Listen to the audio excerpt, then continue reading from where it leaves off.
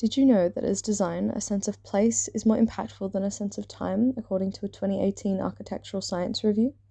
Evolution of style and era within all aspects of life, particularly architecture, are often seen as reactions to social, political, or spiritual influence. The transition of classical architecture to modern styles are no different.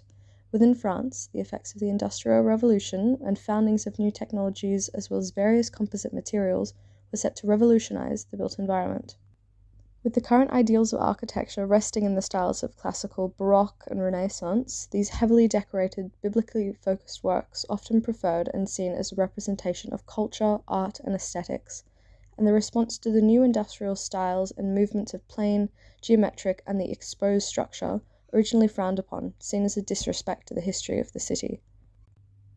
Throughout this time, young architect Henri Labrouste would go on to receive a Nobel scholarship to study the classical forms of Greek architecture within Rome for 5 years in 1825.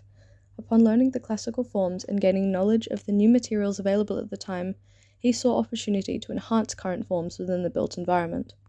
Labrouste sought to view architecture as a reflection of ideals within layers upon layers, each adding up to create something that is most reflective of what current beauty is, something that he often wrote about discovering, using his knowledge of engineering and new technologies to integrate these modern aspects into classical design, such which called upon classical features to remain at the forefront of the structure whilst maintaining a necessary modernity through material and method. Such examples include his most famous work of the Library of Saint-Geneviève in Paris, France,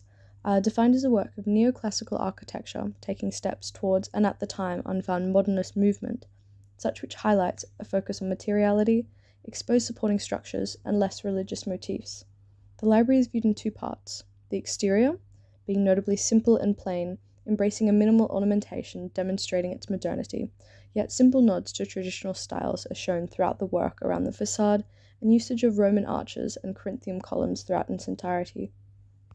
The interior, specifically that of the grand reading room, combines a visual structural iron support throughout the roof with the traditional shapes of vaulted ceilings, along with the concept of illumination through usage of large windows and openings for an ideal form and function within the space. Revered for its modernism by historians and implementing such new materials and concepts of simplicity and function within such a monumental public structure, capturing a different side to the beauty that many sought after within architecture, whilst maintaining elements of true classical beauty to create a successful piece for the location, discovering a balance between industry and art.